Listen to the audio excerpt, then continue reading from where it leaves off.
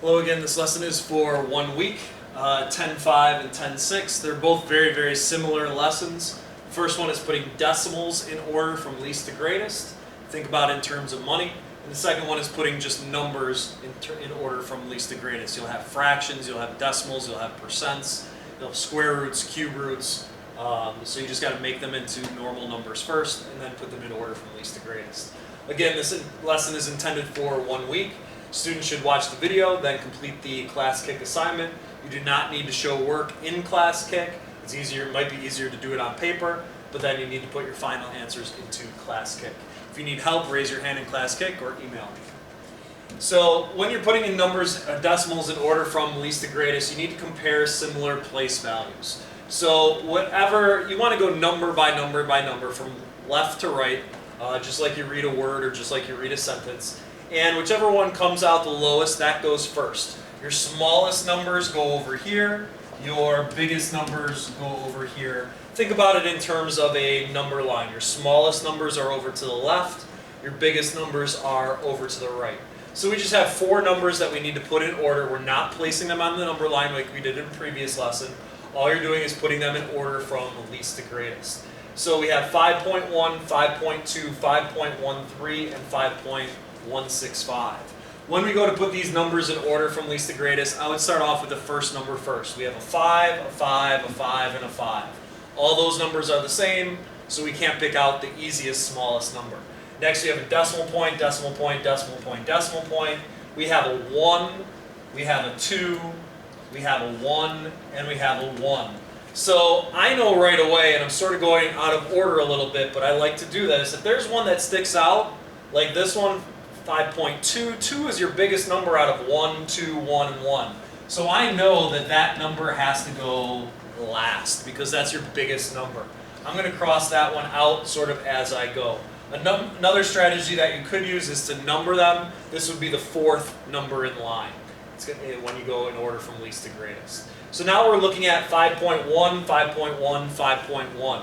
Well, all of them have 1, so they're all tied, so we got to go another place value. The number that would come after the 1 would be a 0 here. So we're looking at a 0, we're looking at a 3, and we're looking at a 6. Obviously your 0 is your smallest number, so that one's going to go first. Then we would have the 5.13, that one would go next. I'm going to put a comma right there and do 5.13. And then your third one would be the 5.165.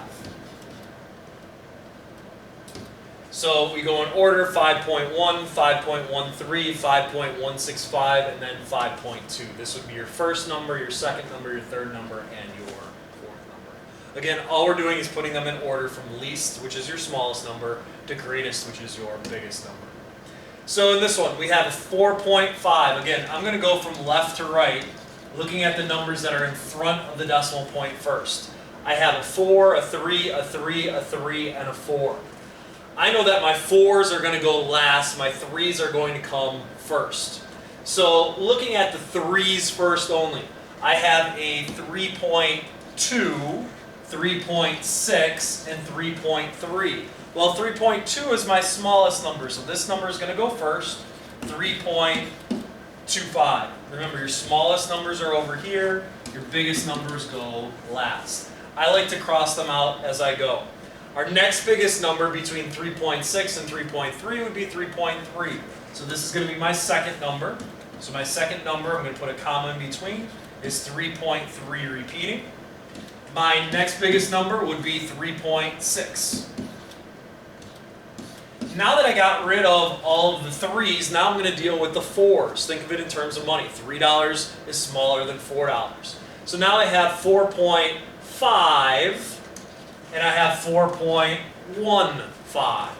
5 is bigger than 1, so the 4.1 or $4.15 would come before $4.50 if I add the 0 at the end. So 4.15 is going to be my next biggest number. And then my last number in line would be my 4.5. So in order from least to greatest, 3.25, 3.3 repeating, 3.6, 4.15, and 4.5. Negative numbers, remember, negative numbers work backwards. The more negative a number is, the smaller it actually is. So you see these 5 numbers, I have 4 negatives and I have 1 positive. Well, the 1 positive has to be the biggest number, because what am I trying to say here? Positive numbers are always bigger than negative numbers, so I know that that one is my biggest number. I'm just going to write it at the end because I know that that's the biggest, get rid of it right away. So now I have a -1 that I'm looking at. I have a -2, a -1, and a -1. Well, -2 is smaller than -1. So I know that this has to go first. This is my smallest number because it's my most negative number. Remember, your smallest numbers are your more negative numbers. So that one is gone now. Moving on, I have a -1.2, a -1.4, and a -1.8.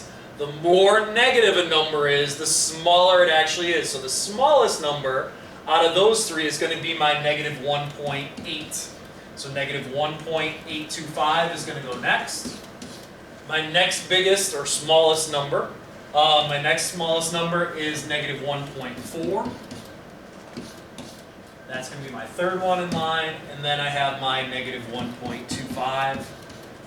That's a 5. So that is my 4th. Is my 4th number in line. So smallest to biggest. Again, you're going to have to go out several decimal places sometimes, like in questions like these. We have a 2, a 2, a 2, a 2, and a 2. So they're all tied to begin with. Remember, you want your smallest number here. You want your biggest number here. The number after the decimal point, we have a 7, a 1, a 1, a 7, and a 1. Obviously, 1s are smaller than 7s, so I'm only looking at these 3.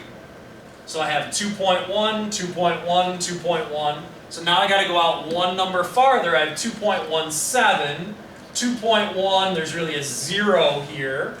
And 2.1 repeating, there's actually a 1 as our next number because that's repeating. So I'm really comparing a 7, a 0, and a 1.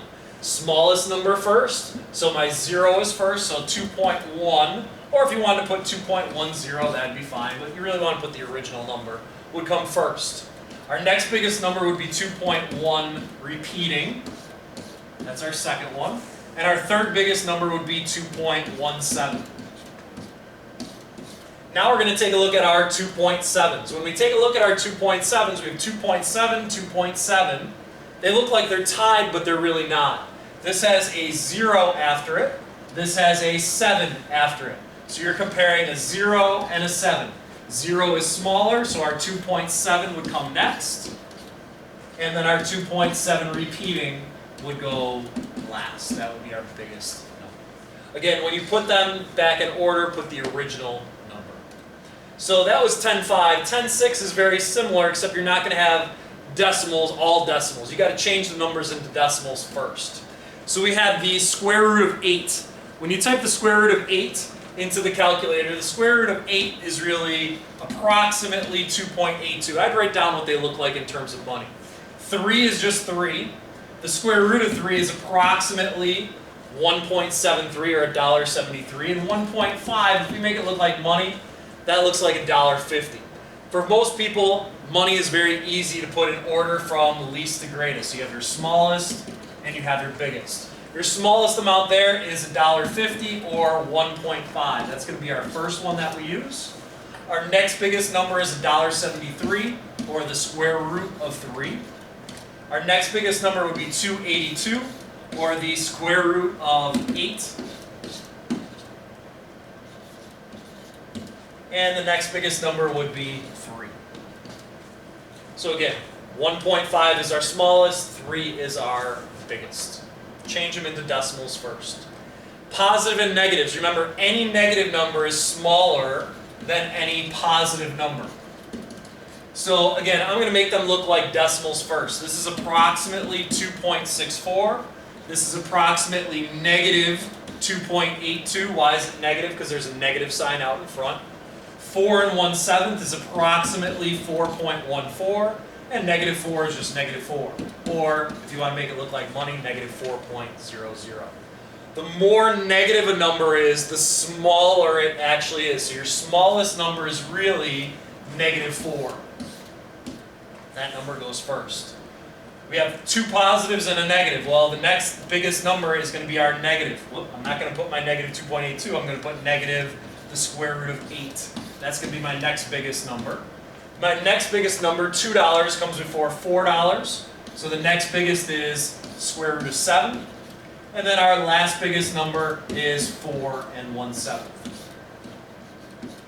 So again, we're going from smallest to biggest, from least to greatest.